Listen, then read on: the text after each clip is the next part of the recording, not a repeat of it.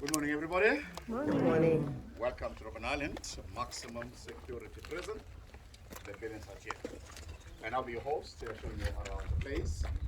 And my name is folks, Khoso, Glenn, Mtswele, Khoso, it's a Setswana, Sesotho name. And Glenn with one N, I'm from Soweto. Soweto is southwest of Johannesburg, born there, grew up in Soweto, and one of many political activists that were once locked up in this prison. During those days, we engaged against system apartheid. And my time here, 84 to 91, my present number 3884. 38 stroke 84. The number simply means I was the 38th prisoner to arrive here in 1984. And I did not come alone. I came with four other guys, co-accused.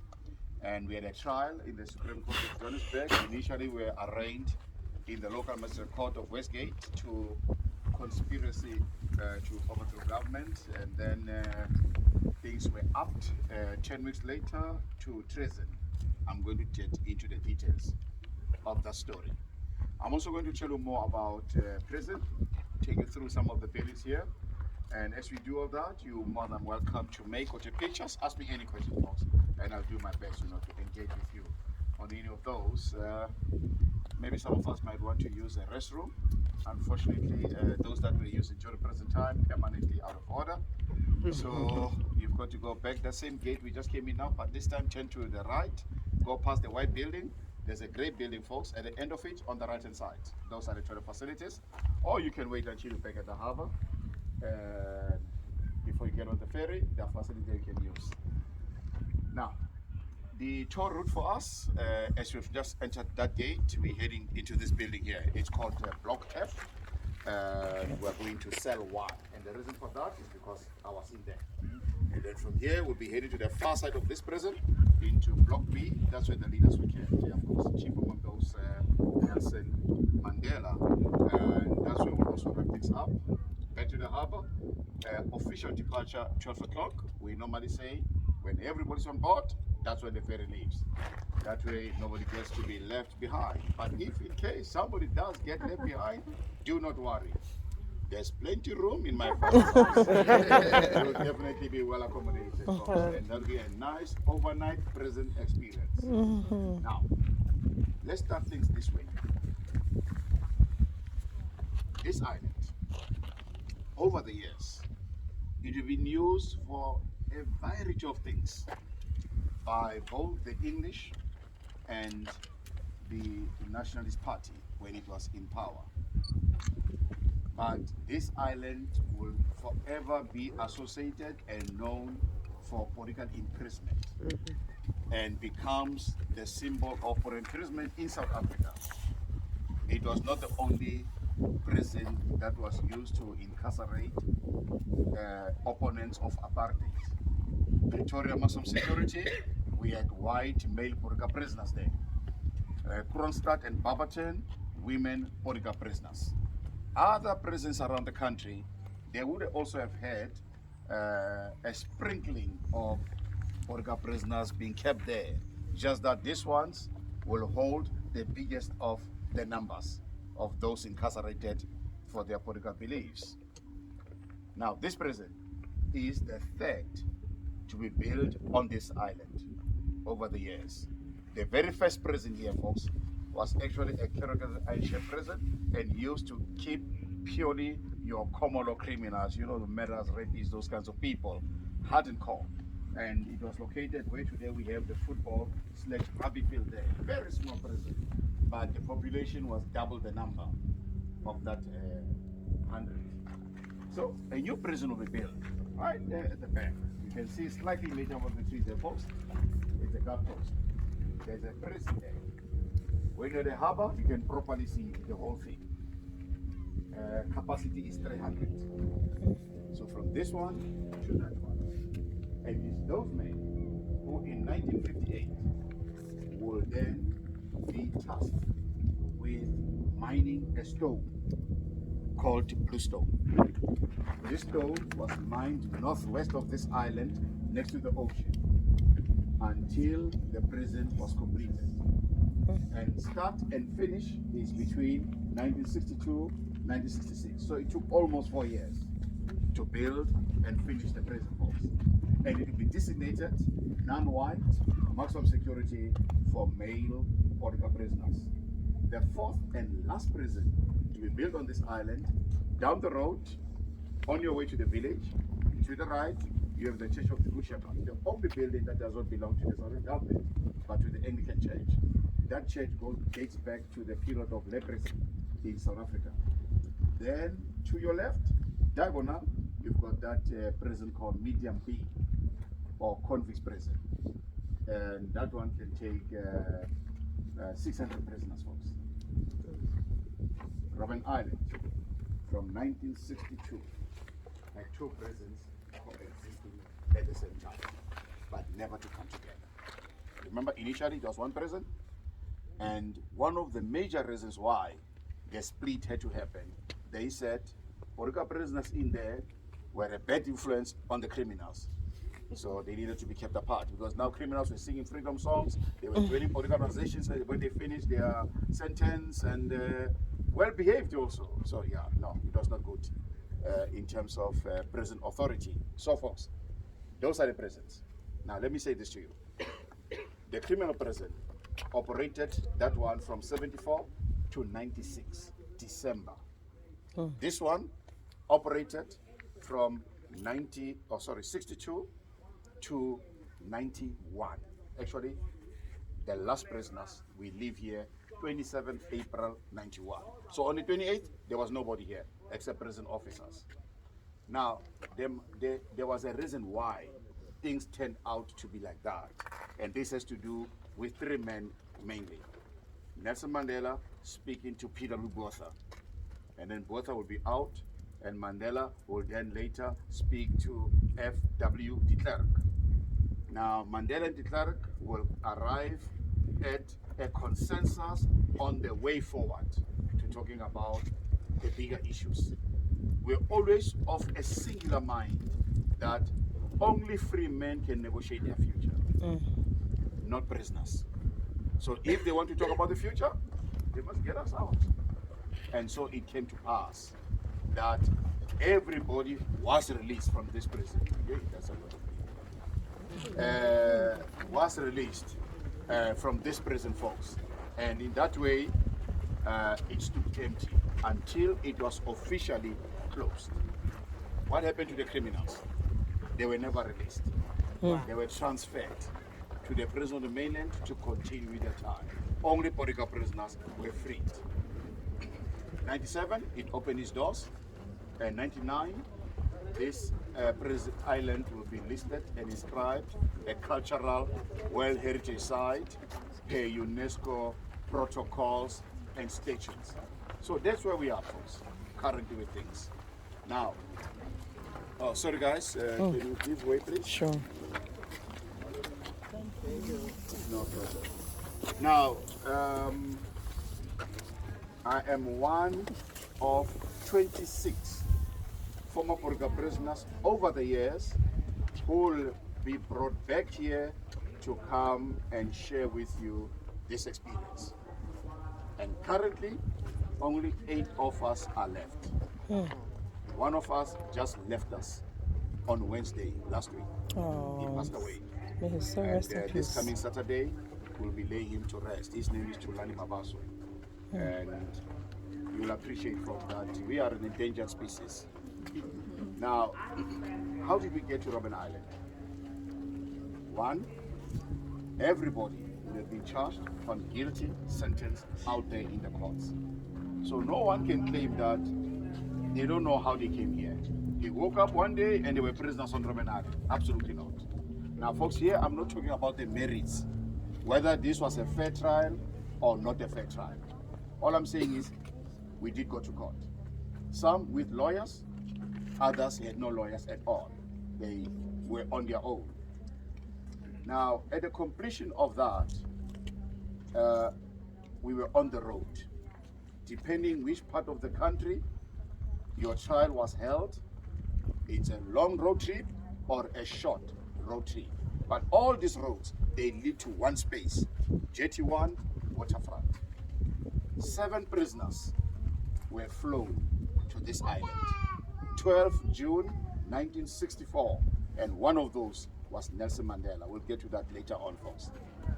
Now, after we arrive at JT1, any of the three ferries, Dyas, Susan Kruger, EC, will then ferry us to the island.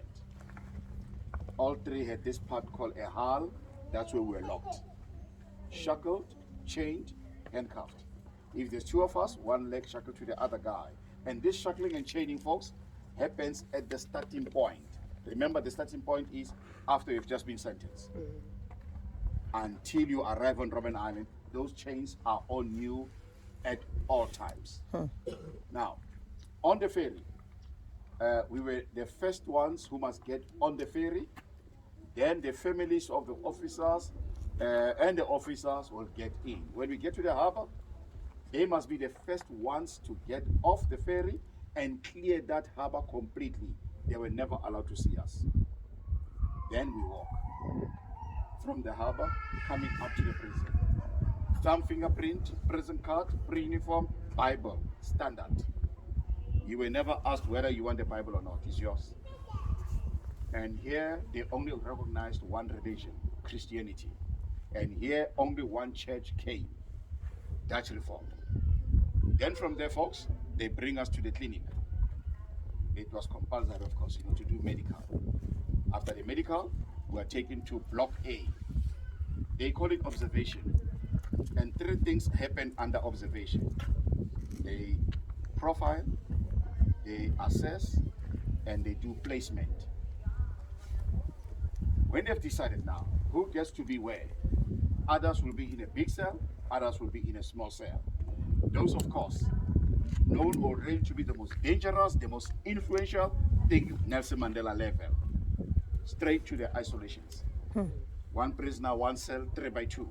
Mandela folks was a man standing at 1.92 centimeters tall. It's about 6 by 4 feet in that tiny cell for the next 18 years. All right, now we're in prison. Now we've been allocated the cells. Now we start our time. But something important that we're told: no parole, no remission of sentence, no clemency, no pardon. Time is time. Minimum was 5, maximum was life imprisonment.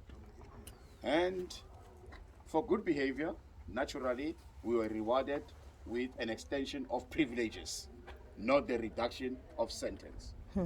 Some of these privileges are a visit by family, receiving or writing to family, studying by correspondence education with those institutions that give correspondence studies, a newspaper or a magazine, heavily censored of all political articles, exercise. We loved our soccer. So Saturday, the best day in this prison, we are playing soccer. We had 11 soccer teams, and take it from me, I was definitely good. And we also played tennis here, 4 tennis courts. I was bad at it. I did try, it didn't work for me. When I came here, folks, the guy I asked for to teach me tennis, he told me 3 things. His name is Terale Kota. Maybe some of you might know this name. He said to me, backhand, forehand, over the line. That's it. Then he gave me a racket and said, let's go in there. He made me sweat. And I tried the doubles. It still didn't work for me. So I played more soccer than any other. We had 3 rugby teams. So occasionally we'll alternate with the soccer, to give them a chance to do their thing. Now this thing of the movies where you find sometimes you have officers having a team and prisoners having a team and playing, not this prison. Here the officers had their own favorite teams and they were the biggest spectators and they were betting amongst themselves. And you can understand those who lose, it's not going to be a nice day for us. So it all happened there, folks. Sundays we're locked in, never allowed outside. Monday to Friday, we have to go out. Some within the prison, of course. No church on Sunday? Say that again? No church on Sunday? Oh, no church. We did our own interdenomination, amongst the prisoners, because we had also those who were also ordained priests amongst us, and so they tried to give us a word of God, Yeah. But otherwise, officially, the priest who came here from Dutch Reformed Church, it was communion and counseling. All right. And one of them was Beas Nodie before he was expelled from the church. All right. Do you know Beas Nodie, folks? Okay. Now, other prisoners were outside of the prison yard, and we were counted when you go out, we were counted when you come in, and whilst working out there, the German shepherds are also there. Remember Sobiko House? Those dog kennels? They kept the German shepherds there, but every morning they're here. If you notice that perimeter fence there, it's doubled. In between, you'll see it's dog enclosures. So every enclosure had a dog in there, you know, running up and down there the whole day. And some of these dogs were taken with by officers to guard us whilst working. Now I was in a team of 20. I had only one responsibility here. Either I'm building a road or I'm maintaining a road. That's it. And when I'm talking roads, folks, I'm not talking tarred roads. Yeah? Rabana did not have tarred roads. He did what your cobblestone. And from there, we were now making them now with bricks, you know, to even them up nicely. Then, well, you guys came, and there were just too many of you. I remember Robben did not have buses when this place opened as a museum. Everyone was walking around the island. Now, the numbers increased. People are getting tired. They introduced the buses. Now, for the buses to, you know, do the business properly, they ripped out all my hard work to put the tarred road here. So, but at least there are spots where I can say, okay, this is me, you know, it's still there. So that's what I did. And I was told, folks, that like every other prisoner, for every month I work here during my sentence, I'll be paid R1.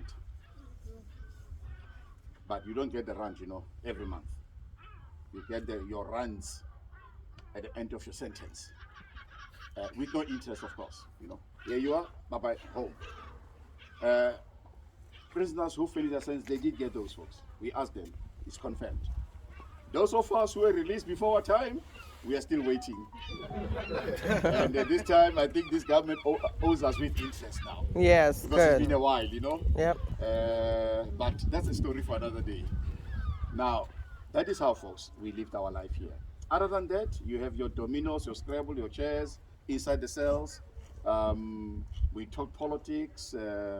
We had hunger strikes. The shortest was 4 days. The longest was 21 days. That 4-day hunger strike actually was about brown sugar and white sugar, you know. Standard sugar in prison was brown. We just woke up one day, influenced each other, we don't want brown sugar anymore. And they kept telling us, nah, but brown sugar is okay, then this one you want. Who was going to believe them, you know? So we stick to our not eating and drinking until they bring our white sugar. They did not withdraw the brown sugar. They simply gave us a choice, whether you want brown or white, you know? And that was the end of it. So that's how white sugar was introduced into this prison. And then, of course, we also had a tea here. South Africans, I'm sure you all know Joko. Joko tea. This was the tea of choice. Hey, everybody loved Joko here, including me. You know, black and strong. There was no milk here. Now, all of a sudden, they bring us another tea. It's light. You know, it's no longer dark now, you know. And then we asked them, what is this? No, this is rooibos. We said, no, we don't want rooibos. We want our tea. They said, no, but this one is more healthier than your tea you've been drinking all along. Again, we didn't believe them. So they withdraw the rooibos, folks. I get released. The following day, I visit my grandmother. She asked me, do you want tea? I said, yeah, of course. She whips out the rooibos. My hands were like on my head. Wow, why are you drinking this? I said, this is the best tea ever. And I thought, ooh, you know, we wasted a lot of time there in prison, you know. And I'm on rooibos now, full time. So, folks, and it's the best tea, by the way. Yeah. Now, folks, that was life in prison. We are getting sick. We are dying. Some people came very healthy here and withered away with time. Some came, you know, a little older in terms of age and they had their own medical issues. Some were, well, recovered, others did not recover. So the number of deaths, 589. And Out of that 5, 8, 9, 10, they took their own lives. Doctor came once a week to deal with all manner of problems. The 60s and 70s, that was the most difficult time in prison. There was not early intervention medically, inadequate also medical attention given to prisoners, and that resulted to these unnecessary deaths that happened, folks. The 80s, completely different. Things were top notch. And this time also, they didn't waste time. If a prisoner they could see is getting bad, straight to Cape Town, Grooterschuur or Tigerberg Hospital. That's where we're taking folks. But for some strange reason, a doctor will come here, but a dentist and who is this person with the eyes? Ophthalmologist. Yes, they never allowed them up here, down at the harbor. You remember where it's written, "Welcome to Robben Island. We serve with pride." That building, that is the visitor center, folks. There's a room there that was specifically designated for them to do the business down there. All right. Any question, please? Were the prisoners used for research? For Any kind of research? none that I know of. Okay. That by now I should know. Right. Okay. Yes, sir. Do you still have your Bible? She still has the Bible. Do you still have your Bible? Bible. Oh no, unfortunately not. What happened to that Bible? I think the guys in E section, yeah, they asked for the Bible. I'm afraid to say what they did with the Bible, you know. They simply smoked it away. Yeah. Yes, ma'am. In here. My birthday is December 2nd. Remember, I come here September. So I turned 21 years old inside there. Wow. I was not the youngest, folks. The youngest guy was 13 years old. Oh, Wow. Yeah. And he spent 12 years here. Yes, ma'am. When you arrived, did you know what your sentence was? Oh, yeah, 25 years. Okay, so you could start. I knew exactly even the last day. And by the way, you were never kept beyond your time. Never. Never happened that way. So my last day was going to be 20 September 2009.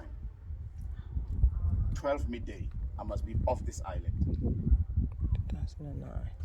What happened on Sunday when no church? Oh, quiet. It's still completely quiet this present because you know what? We are studying. We are doing our assignments. Those kind of things. And then they also play jazz. You know these guys, the Mandelas who came in the 60s, they love their BB King, so we could not disturb them, you know. They had to listen to their BB King. Yeah.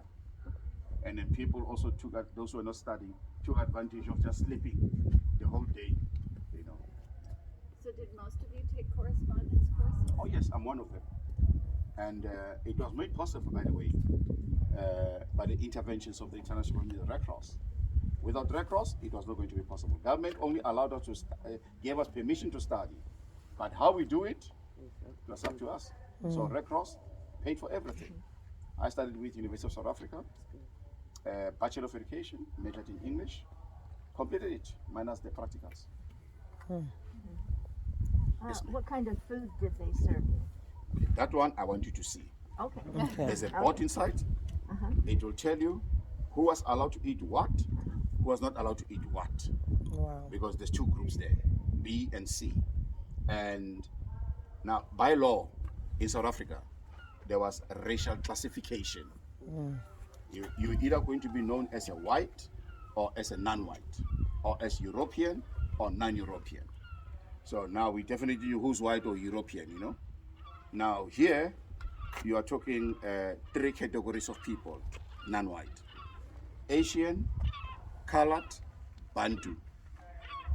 Now, when we talk Asian, you must exclude the Japanese and the Chinese out of this because they were categorized as honored whites, all right, by law.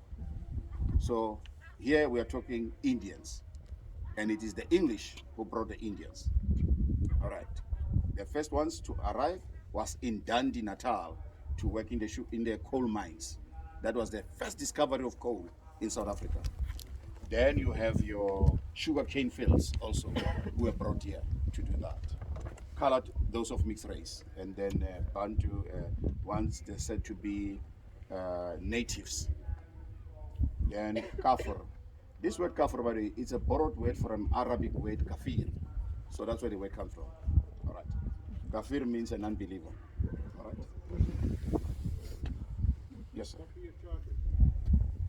The arraignment initially was conspiracy. Then the formal charge, treason. They wanted the death penalty. Yeah, I'll explain. What did you do there actually? Where? Since you were arrested, what did you do? You wanna share that? When I came out of prison. No. before Prior. that, What did you do to get To arrested? get Yeah, arrested. I'm going to explain. That's where it goes to. Okay. I'm going to explain. That's it. Wonderful. Join me in there, please.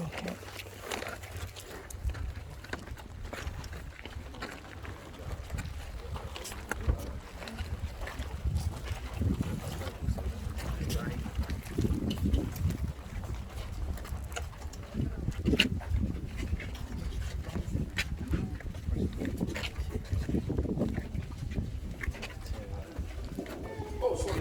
Come into the place. Watch your step, folks.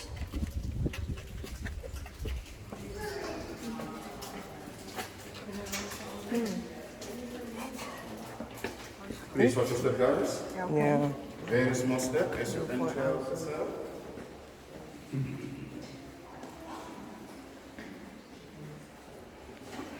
There you have it, a white Jesus.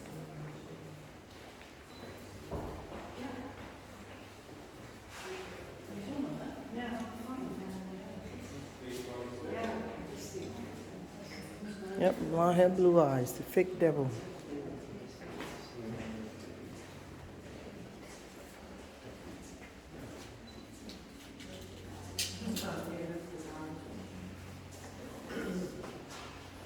Well, second line.